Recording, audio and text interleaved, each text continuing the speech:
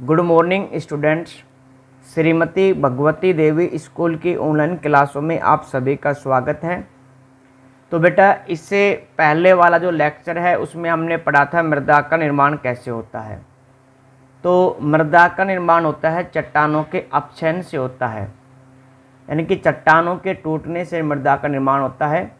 अब मृदा का अपक्षयन, अगर हम मृदा के अपक्षयन की बात करें तो मृदा का जो अपक्षयन है वो किस किस की वजह से होता है, वो निम्न कारणों की वजह से होता है। जैसे कि अगर हम बात करें वायु, बहता हुआ जल और बर्फ़ यानी कि हिमजल, तो ये सारे के सारे क्या थे, इसमें ये कुछ ऐसे कारक थे जो क्या करते हैं, मृदा का निर्माण करते हैं। अब चट्टानों का अपक्षय जब होता है तो उसमें एक असंगठित पदार्थ बनता है जिसको क्या कहते हैं, मृदा का पैतृक पदार्थ कहते हैं। पैतृक पदार्थ का मतलब होता है कि मृदा का निर्माण जिन पदार्थों से होता है उनको क्या कहते हैं, पैतृक पदार्थ कहते हैं। अब बच्चों, नेक्स्ट टॉपिक हमारे पास चल रहा था मृदा निर्माणकारी प्रक्रियाएं। मतलब जो आपके पास में चट्टानों के अपक्षय हुआ है और चट्टानों के अपक्षयन से जो अवांछित पदार्थ बना है या असंगठित जो पदार्थ बना है, आखिरकार उससे मृदा का निर्माण कैसे होता है, हम वो स्टेप पढ़ रहे थे। तो मृदा का निर्माण होता है वो केवल 9 स्टेप में होता है, यानी कि चट्टानों के अपक्षयन से लेकर मृदा का जो निर्माण होता है वो 9 चरणों में पूर्ण होता है। जिसमें से फर्स्ट हम डिस्कस कर चुके हैं ह्यूमिनिफिकेशन। ह्यूमिनिफिकेशन में क्या होता है बेटा, जैसे हमारे पास हमने पढ़े थे कि मृदा के संस्तर, सबसे ऊपर वाला संस्तर कौन सा होता है, ओ संस्तर होता है। और ओ संस्तर कैसे बनता है, जो पेड़ पौधे हैं, जीव जंतु हैं, उनके नष्ट हो जाने से जो कार्बनिक पदार्थ बनते हैं वो ऊपर स्थिर रह जाते हैं और वो क्या कहलाते हैं, ओ संस्तर का क्या करते हैं, निर्माण करते हैं। अब है ह्यूमिनिफिकेशन में, देखो जो पेड़ पौधे के नष्ट होने से जो कार्बनिक पदार्थ बना है, ठीक है, वो या तो अपघटित हो जाए या विच्छेद, मतलब यानी कि टूट जाता है। तो टूटने से क्या बनता है, एक नए कार्बनिक पदार्थों का निर्माण करता है। यानी कि जो पेड़ पौधे हैं उनसे कार्बनिक पदार्थ बना, अब वो कार्बनिक पदार्थ विभिन्न प्रक्रियाओं के द्वारा, ठीक है, अनेक प्रक्रियाओं के द्वारा उसका अपघटन होता है, उसका विच्छेदन होता है। यानी कि वो क्या होता है, टुकड़ों में टूट जाता है और टुकड़ों में टूटकर उसमें कुछ चेंज होता है और जिसकी वजह से क्या करता है, नए कार्बनिक पदार्थों का निर्माण करता है। तो कार्बनिक पदार्थों के अपघटन से नए कार्बनिक पदार्थ के निर्माण की प्रक्रिया ही क्या कहलाती है, ह्यूमिनिफिकेशन कहलाती है। और जो भी कार्बनिक पदार्थ हैं वो इकट्ठा हो जाते हैं कहाँ पे, ओ संस्तर में इकट्ठा हो जाते हैं और वहाँ पे एक ऐसी परत बन जाती है जिसमें कार्बन की मात्रा क्या होती है, अधिकता पाई जाती है, ठीक है। और उसी परत को क्या कहते हैं, ह्यूमस की परत कहते हैं। और ये जो परत होती है ये उपजाऊ होती है, ध्यान रखना, इसमें कार्बनिक पदार्थ पाए जाते हैं। सेकंड हमने पढ़ा था निक्षालन, यानी कि जो हमारे पास ओ संस्तर है, ओ संस्तर में जो भी कार्बनिक पदार्थ हैं या जो भी कोई आवश्यक तत्व हैं वो क्या निचले वाले संस्तर में, यानी कि ऊपर वाले संस्तर से नीचे वाले संस्तर में जानने की जो प्रक्रिया होती है उसी प्रक्रिया को क्या कहते हैं, निक्षालन कहते हैं। क्या कहते हैं उसको, निक्षालन कहते हैं। तो ये है कि ऊपरी सतहों के अवयवी कणों का अंतःस्राव। अंतःस्राव का मतलब होता है कि जैसे ऊपर के जितने भी हमारे पास पदार्थ हैं वो वर्षा के जल में घुल कर क्या हो, नीचे बहना, इसे क्या कहते हैं, अंतःस्राव कहते हैं।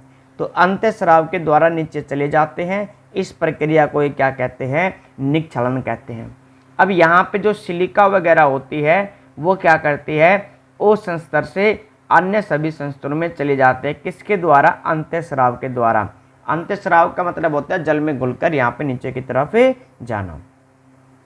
फिर जो भी पदार्थ ओ संस्तर से ए बी सी आदि संस्तर में जाते हैं वो पदार्थ क्या करना, जम जाते हैं वहाँ पे जाके, मतलब किसी भी संस्तर से दूसरे संस्तर में पदार्थ जाकर जम जाते हैं। इस पूरी प्रक्रिया को क्या कहते हैं, निक्षेपण कहते हैं। तो जो हमारे पास ओ संस्तर होता है उसमें जितने भी कार्बनिक पदार्थ होते हैं, अकार्बनिक पदार्थ होते हैं, वो सारे क्या करते हैं, निचले संस्तर में जाकर जम जाते हैं और इसी प्रक्रिया को क्या कहते हैं, निक्षेपण कहते हैं।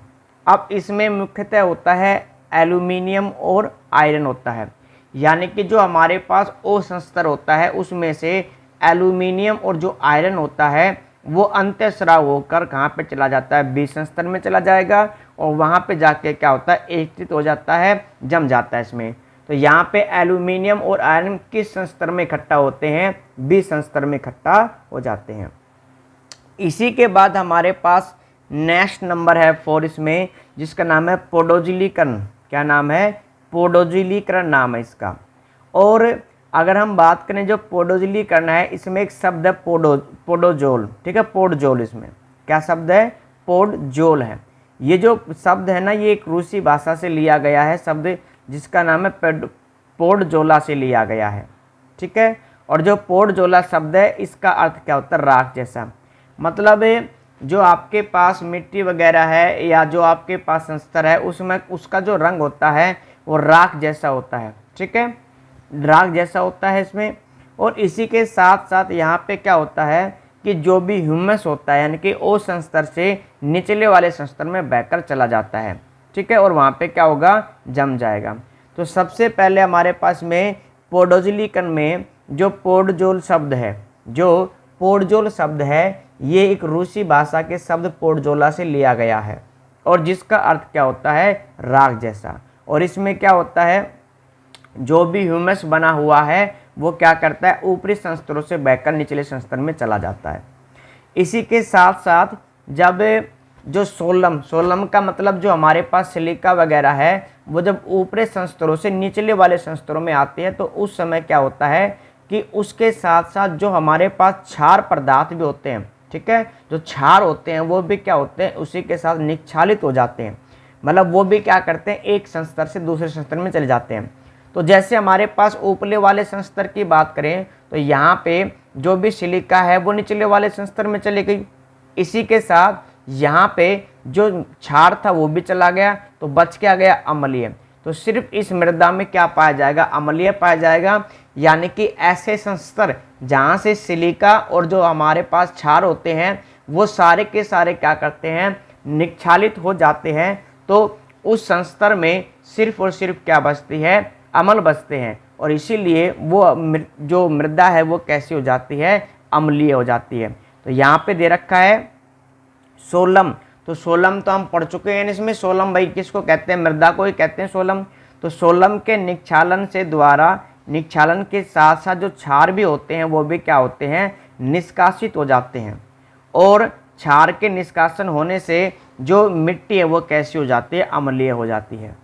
नेक्स्ट हमारे पास है लेटराइजेशन। क्या है भाई, लेटराइजेशन है। यहाँ पे लेटराइजेशन में एक शब्द लेटराइट, ठीक है। अगर लेटराइट शब्द की बात करें तो ये एक लैटिन भाषा के शब्द, किससे, लैटिन भाषा का शब्द है और जिसका अर्थ क्या होता है, ईंट के समान लाल। मतलब जो हमारे पास कुछ जैसे संस्तर ऐसे होते हैं जिनका रंग कैसा होता है, मिट्टी के समान लाल पाया जाता है इसमें। तो जो लेटराइट शब्द है, इस लेटराइट शब्द का लैटिन भाषा का शब्द है और जिसका अर्थ क्या होता है, ईंट के समान लाल होता है। और जैसे ईंट कठोर होती है वैसे ही क्या पाए जाते हैं, कठोर पाए जाते हैं। अब हम बात करते हैं कि आखिरकार भाई ये लाल रंग कैसे आता है। तो जिस संस्तर में फेरिक ऑक्साइड, जैसे O संस्तर है, ए संस्तर हमारे पास A है, इसमें फेरिक ऑक्साइड की मात्रा क्या होती है, अधिकता पाई जाती है। तो फेरिक ऑक्साइड की अगर मात्रा अधिक पाई जाती है जिसकी वजह से वो जो हमारे पास संस्तर है या जो मिट्टी है उसका रंग कैसा होता है, ईंट के समान लाल पाया जाता है। क्लियर है यहाँ तक सभी को। अब अगर हम बात करें जो लेटराइन यानी कि लेटराइजेशन या लाल रंग की जो मिट्टी के समान जो हमारे पास संस्तर होते हैं, यानी कि उनकी जो मृदाएं होती हैं वो कहाँ कहाँ पाई जाती है, उष्ण और अर्ध उष्ण प्रदेशों में। मतलब जहाँ पे गर्मियाँ वगैरह ज़्यादा होती है ना, वहाँ पे ये क्या पाए जाते हैं, इस प्रकार की मिट्टी वगैरह पाई जाती है। तो इस प्रकार की मृदाएं कहाँ कहाँ मिलती हैं, उष्ण और अर्ध उष्ण प्रदेशों में पाई जाती है। जहाँ का तापमान कैसा होता है, उच्च होता है और इसी के साथ साथ वहाँ पे क्या होती है, भारी वर्षा निरंतर होती रहती है। तो यहाँ पे नेक्स्ट हमने पढ़ा है लेटराइजेशन। तो लेटराइजेशन में हमने क्या पढ़ा है कि लेटराइजेशन में जो लेटराइट शब्द है ये एक लैटिन भाषा का शब्द है। इसी के साथ साथ इसका अर्थ होता है ईंट के समान लाल, यानी कि ईंट के जैसा कठोर, और किसकी वजह से होता है, फेरिक ऑक्साइड की वजह से होता है। ठीक है, इंपॉर्टेंट क्वेश्चन है ये, 1 नंबर का क्वेश्चन बन सकता है कि जो हमारे पास मिट्टी का जो लाल रंग होता है या कठोर होते हैं ईंट के समान, वो किसकी वजह से होती है, फेरिक ऑक्साइड की वजह से होती है। और कहाँ पे पाया जाता है ये क्षेत्र, इसमें हमारे पास में संस्तर, ये उष्ण और अर्धउष्ण प्रदेशों में, मतलब जहाँ पे क्या होता है, तापमान अधिक होता है और भारी वर्षा पाई जाती है। क्लियर है। तो ये हमारे पास 5 संस्तर हैं जिनमें हमने क्या डिस्कस किया है कि आखिरकार जो हमारे पास चट्टानें हैं उनके अपक्षयन से मिट्टी का निर्माण कैसे होता है। अब नेक्स्ट हमारे पास इसमें कैल्शीकरण। देखो कैल्शीकरण, ये पहले हमने डिस्कस किया था कि हमारे पास ऐसी मिट्टी जिसमें क्या पाया जाता है, कैल्शियम कार्बोनेट। क्या पाया जाता है, कैल्शियम कार्बोनेट पाया जाता है। और कैल्शियम कार्बोनेट को ही क्या कहते हैं, कैल्साइड कहते हैं। क्या कहते हैं, कैल्साइड कहते हैं, ध्यान रखना। तो यहाँ पे नाम से ही मालूम कैल्शीकरण। ठीक है, यानी कि इस पूरी प्रोसेस में क्या होता है कि जिस मिट्टी में हमारे पास कैल्शियम कार्बोनेट का क्या होगा, निर्माण होगा। और कैल्शियम कार्बोनेट को क्या कहते हैं, कैल्शीकरण कहते हैं इसमें। तो सबसे पहले देखो यहाँ पे अगर हम बात करते हैं कि मृदा के ऊपरी संस्तरों में कैल्शियम कार्बोनेट के संचलन यानी कि निर्माण के यानी कि अवक्षेपण की जो प्रक्रिया होती है उसे ही क्या कहते हैं, कैल्शीकरण कहते हैं। तो मृदा स्तर में जो हमारे पास कैल्शियम कार्बोनेट का निर्माण और उसके अवक्षेपण की जो प्रक्रिया है उसे ही हम क्या कहते हैं, कैल्शीकरण कहते हैं। मतलब इस स्टेप में क्या होगा, पूरी जो हमारे पास यानी कि इस पूरे प्रोसेस में क्या होगा, कैल्शियम कार्बोनेट का यानी कि कैल्साइड का क्या होगा, निर्माण होगा। क्लियर है भाई, आगे यहाँ से में अब देखो, अब हम बात करते हैं कि आखिरकार ये कैल्शियम कार्बोनेट का निर्माण कैसे होता है इसमें। तो सबसे पहले जैसे हमारे पास जो पेड़ पौधे हैं जिनकी जो जड़ें हैं वो क्या है, भूमि तक गई हुई है, नीचे तक इसमें। तो वह भाग जहाँ पे जो हमारे पास जड़ हैं उनके पास क्या प्रेजेंट होती है, कार्बन डाइऑक्साइड अधिकता होती है। मतलब पेड़ पौधों की वो जड़ें, ठीक है, या हम कह सकते हैं वो स्थान जहाँ पे पेड़ पौधों की जड़ें के पास CO2 की मात्रा क्या पाई जाती है, अधिकता पाई जाती है। तो वहाँ पे किसका निर्माण होता है, कैल्शियम कार्बोनेट का यानी कि कैल्साइड का निर्माण होता है। कैसे होता है इसमें, तो सबसे पहले जो CO2 है ये किससे क्रिया करती है, जल से क्रिया करती है। यानी कि CO2 H2O से संयोग करके क्या बनाता है, H2CO3। भाई हाइड्रोजन कितने हैं यहाँ पे, 2, तो यहाँ पे कितने हैं, 2, कार्बन 1 है और ऑक्सीजन कितने हो गए, 3 और 1, 2 और 1, 3, तो H2CO3 बना है और जिसका नाम हमारे पास होता है कार्बनिक अम्ल। कार्बनिक अम्ल कह सकते हैं या हाइड्रोजन कार्बोनेट कह सकते हैं। क्लियर है। तो कार्बनिक अम्ल का निर्माण होता है। अब कार्बनिक अम्ल के हमने कितने अणु लिए हैं, 2 अणु लिए हैं। तो हम इसको ऐसे लिख सकते हैं H2CO3 H2CO3। क्लियर है यहाँ पे। तो यहाँ पे क्या होगा कि एक हाइड्रोजन यहाँ से निकल जाएगा। ठीक है, जब एक हाइड्रोजन और एक ऑक्सीजन निकलेगा तो यहाँ पे क्या बनेगा, H2O बनेगा। क्लियर है, क्या बनेगा, यहाँ पे H2O बनेगा। इसी के साथ साथ यहाँ पे क्या प्रेजेंट है, कैल्शियम प्रेजेंट है। सुना ध्यान से, यहाँ पे कैल्शियम प्रेजेंट है तो ये जुड़कर क्या बनाएगा, CaHCO3। इसका नाम होता है कैल्शियम, इसको बोलेंगे बाई, इसको बोलेंगे कार्बोनेट। तो क्या बन गया, कैल्शियम बाई कार्बोनेट इसमें। ठीक है, इसको ऐसे बोलते हैं कैल्शियम हाइड्रोजन कार्बोनेट बोलते हैं। अब कैल्शियम जो बाई कार्बोनेट है ये किससे क्रिया करेगा, CO2 से क्रिया करता है। CO2 से क्रिया करने के बाद यहाँ पे क्या होगा, CaCO3 का निर्माण होगा जो कि क्या है, कैल्शियम कार्बोनेट, और इसी को क्या कहते हैं, कैल्साइड कहते हैं। क्लियर है। तो यानी कि यहाँ पे कैल्शियम बाई कार्बोनेट में देखो ये अणु हमारे पास कितनी बार है, 2 बार। तो हम इसको ऐसे लिख सकते हैं CO3 HCO3। तो यहाँ पे एक H2O, एक H और दूसरा H, ये मिलके H2O बनाते हैं, एक ऑक्सीजन इसमें। तो यहाँ से क्या निकल गया, एक H2O निकल गया, क्या बच गई CO2। पहले से एक CO2 थी, तो यहाँ पे कितने CO2 के अणु निकल गए, यहाँ पे 2। बच क्या गया हमारे पास, कैल्शियम बच गया और कार्बोनेट बच गया। तो यहाँ पे किसका निर्माण हो गया, कैल्शियम कार्बोनेट। और कैल्शियम कार्बोनेट के निर्माण को ही क्या कहते हैं, कैल्सीकरण कहते हैं। इसमें क्लियर है भाई, कैल्शियम कार्बोनेट के निर्माण को ही क्या कहते हैं, कैल्सीकरण कहते हैं। क्लियर है यहाँ तक सभी को, ठीक है। नेक्स्ट हमारे पास नंबर 2 पॉइंट है डीकैल्सीकरण। डीकैल्सीकरण जैसे नाम से देखो इसमें मालूम चल रहा है, इसमें यानी कि जो कैल्सीकरण का मतलब होता है कैल्शियम कार्बोनेट का निर्माण होना। डीकैल्सीकरण का मतलब कैल्शियम कार्बोनेट का डीकम्पोज होना, टूटना, वही क्या कहलाता है, डीकैल्सीकरण। मतलब इसमें क्या होता है कि जो कैल्सीकरण में प्रोसेस होती है, यहाँ पे क्या होगी, उल्टी प्रोसेस होगी इसमें। तो यहाँ पे क्या होता है कि ये जो कैल्सीकरण के द्वारा जो कैल्शियम कार्बोनेट बना है, ये जल से और किससे क्रिया करता है, CO2 से क्रिया करता है। जल से और CO2 से क्रिया करता है, जिसके बाद फिर से क्या बनाता है, कैल्शियम बाइकार्बोनेट। और कैल्शियम बाइकार्बोनेट कैसा होता है, घुलनशील होता है। तो डीकैल्सीकरण में क्या होता है कि यह एक कैल्सीकरण की प्रक्रिया के विपरीत प्रक्रिया होती है, जिसमें कैल्शियम कार्बोनेट यानी कि कैल्साइड टूटकर किसका निर्माण करता है, कैल्शियम बाइकार्बोनेट का निर्माण करता है, जो कि क्या होता है, जल में घुलनशील होता है। क्लियर है यहाँ तक भाई सभी को, ठीक है। नेक्स्ट हमारे पास है लवणीकरण, ठीक है। लवणीकरण जैसे नाम से ही मालूम है कि यहाँ पे क्या होगा कि जो लवण वगैरह है उनका क्या होता है, निर्माण होता है। लवण क्या होते हैं भाई, जब आप अम्ल और क्षार की क्रिया कराते हो तो एक धनायन और ऋणायन आपस में मिलकर क्या बनाते हैं, लवण बनाते हैं, ध्यान रखना। तो लवणीकरण का मतलब होता है कि यहाँ पे किसका निर्माण होगा, लवण का निर्माण होगा। तो जो हमारे पास मिट्टी पाई जाती है उसका ऊपरी संस्तर, जिसको क्या कहते हैं, ओ संस्तर कहते हैं। इस ऊपरी संस्तर में क्या होते हैं कि लवण का निर्माण हो जाता है या लवणों की परत जम जाती है, और इस पूरी प्रक्रिया को ही क्या कहते हैं, लवणीकरण के नाम से जाना जाता है। क्लियर है इसमें।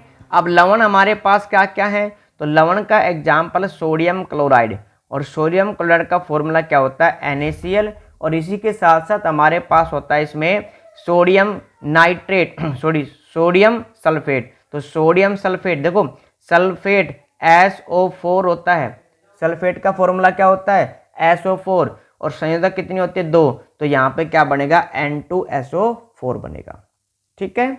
तो लवणीकरण में क्या होता है कि ऊपरी संस्तर यानी कि जो ऊपरी जो पृष्ठ होती है उसमें लवणों का जमाव हो जाता है, और उसे ही क्या कहते हैं, हम इसमें लवणीकरण कहते हैं। अब ये जो जमाव होता है उसकी वजह से जो परत बनती है उसका रंग कैसा होता है, सफ़ेद होता है, ध्यान रखना। यानी कि लवणों के जमने से जो परत बनती है वो कैसी रंग की होती है, सफ़ेद रंग की पाई जाती है। क्लियर है भाई। अब ये लवण आते कहाँ से हैं, तो यहाँ से देखो, जैसे हमारे पास की अगर बात करें, जैसे निचले वाले संस्तर में कोई भी लवण है तो जल स्तर का बढ़ना, मतलब नीचे से अगर जल की मात्रा अगर बढ़ती जाती है तो जो लवण है वो जल के साथ घुलकर क्या करेंगे, ऊपरी सतह पर आ जाएंगे, ठीक है। ऊपरी सतह पर आ जाएंगे तो जो भी लवण है वो क्या करेंगे, ऊपरी सतह पर इकट्ठा हो जाएंगे। या तो भाई ऐसा हो सकता है, या अगर ऐसा हो जाए जैसे कई जगह पानी का ठहराव होता है, ठीक है, पानी का ठहराव होता है, तो उस समय जो भी मिट्टी वगैरह में जो लवण घुले हुए हैं वो जल में क्या करते हैं, घुल जाते हैं, और ऊपर क्या करते हैं, लेयर, एक सफ़ेद रंग परत का क्या करते हैं, निर्माण कर देते हैं। क्लियर है इसमें। तो या तो हमारे पास देखो, इसी लवणीकरण में जो लवणों की सफ़ेद परत कैसे बनती है, या तो जल स्तर कैसा हो जाता है, ऊंचा हो जाता है, ठीक है, या जल का निकास उपयुक्त न होना, मतलब जल का क्या होता है, ठहरा हो जाता है। तो उस समय भी क्या होते हैं कि जो मिट्टी वगैरह में लवण घुरे हैं वो ऊपर आके क्या करते हैं, परत का निर्माण कर लेते हैं। इसी के साथ साथ जब सिंचाई वगैरह करते हैं यानी कि हम क्या करते हैं, भूमि से अगर जल निकालते हैं तो उसके अंदर भी कुछ ऐसे लवण आते हैं जो घुले हुए होते हैं। यानी कि सिंचाई करते समय जो जल में घुले हुए जो लवण हैं वो भी क्या करते हैं, ऊपर आकर इन एक सफ़ेद रंग की परत बनाते हैं। यानी कि ये भी क्या करते हैं, एक लवण के सतह का क्या करते हैं, निर्माण करते हैं। तो लवण, इसमें लवणीकरण का मतलब होता है कि लवण का परत का जमा होना। क्लियर है? कहाँ पे जमा होगा, जो मिट्टी है, जो हमारे पास ऊपरी संस्तर है उसके ऊपर जमा होगा इसमें। क्लियर है? और जो लवण है उसमें मुख्यतः कौन कौन से घटक पाए जाएंगे या कौन कौन से लवण पाए जाएंगे, तो एक तो NaCl पाया जाएगा और एक दूसरा क्या मिलेगा हमारे पास, सोडियम सल्फेट। इसी के साथ भाई देखो और भी होते हैं, जरूरी नहीं है दो ही हैं, बहुत सारे हमारे पास होते हैं, लेकिन फिलहाल हमें क्या याद रखना है कि जो हमारे पास इसमें लवण है सिर्फ किसके बनेंगे, NaCl के, और क्या बनेंगे, सोडियम सल्फेट के बनेंगे। क्लियर है यहाँ तक सभी को? अब नेक्स्ट हमारे पास ये नंबर क्या था, 8। अब बच गया हमारे पास एक लास्ट स्टेप बचा है जिसका नाम क्या है, पेडोटर्बेशन। क्या नाम है बेटा, पेडोटर्बेशन। अब इसमें क्या होता है, देखो जैसे हमारे पास अलग अलग संस्तर हैं, जैसे हमारे पास सबसे पहला O संस्तर है, फिर A संस्तर है, दूसरा A2 था जिसको E नाम दिया था, फिर B संस्तर है, C संस्तर। तो इन सभी संस्तरों में अलग अलग घटक पाए जाते हैं किसी भी पदार्थ के। ठीक है, मतलब किसी में लवण ज़्यादा होगा, किसी में कोई क्षारीय होगी, कोई अम्लीय होगी, किसी में कोई तत्व अधिकतम मात्रा में पाया जाएगा। मतलब ये सारे के सारे जो संस्तर होते हैं वो कैसे होते हैं, अलग अलग पाए जाते हैं। अब यहाँ पे क्या होता है कि इन सभी संस्तरों की जो मिट्टी है अगर इनको आपस में मिक्स कर दिया जाए, ठीक है, इन सभी को अगर आपस में मिक्स कर दिया जाता है तो हमारे पास किसका निर्माण होता है, मृदा का निर्माण होता है। क्लियर है? मतलब जितने भी संस्तर बने होते हैं अगर आप उनके जो घटक होते हैं, उनके जो मिश्रण होता है, उन सभी को अगर आपस में मिला दिया जाता है तो किसका निर्माण होता है, मृदा का निर्माण होता है। अब यहाँ पे अगर हम बात करें कि इन घटकों को मिलाने का काम कौन करता है, तो बेटा इन घटकों को मिलाने का काम कौन करते हैं, जंतु करते हैं। जैसे दीमक है ना, दीमक आपने देखा होगा कि दीमकों का क्या होता है, एक पहाड़ सा होता है, ऐसे होता है खोखला पहाड़ इसमें ना। तो यहाँ पे क्या है, मिट्टी वगैरह है, ये मिट्टी ऐसा नहीं कि ऊपरी सतह की है, ये क्या करते हैं नीचे तक खोद के लेके आते हैं और उनको मिक्स करके क्या करते हैं, ऐसे निर्माण करते हैं। ये मिक्सी कर रहे हैं तो ये क्या बन गई, मिट्टी बन गई इसमें। क्लियर है? इसी तरह केंचुए वगैरह बात करें तो केंचुए वगैरह भी आपने देखे होंगे, ऐसे होते हैं हमारे पास, क्या इसमें जो पतली लंबी नलिका के रूप में जैसे होते हैं इसमें। तो जो केंचुए वगैरह हैं वो भी क्या करते हैं, ये भी क्या करते हैं कि जो भी हमारे पास संस्तर होते हैं उनकी मिट्टी को आपस में मिलाने का काम करते हैं, या हम कह सकते हैं कि उन संस्तरों के सभी घटक को आपस में मिलाने का काम करते हैं। चिट्टी, इसी तरह कुछ गाद बनाने वाले जंतु भी होते हैं, वो भी क्या करते हैं, ऐसे ही इन संस्तरों को आपस में मिक्स करते हैं। तो अगर हम बात करें चट्टानों के अपक्षयन के बाद जो एक असंगठित पदार्थ बनता है, ठीक है, जिसको मृदा का पैतृक कहते हैं, वो 9 चरणों से गुजरता है और 9 चरणों के बाद किसका निर्माण करता है, मृदा का निर्माण करता है। तो मृदा के निर्माण की प्रक्रिया 9 स्टेप में बांटी गई है। क्लियर है? इसके बाद जो नेक्स्ट लेक्चर आएगा उसमें पढ़ेंगे कि मृदा निर्माण के जो प्रक्रिया होती है उनको कौन कौन से कारक प्रभावित करते हैं। ठीक है बेटा, तो ये हमारे पास आज का टॉपिक था।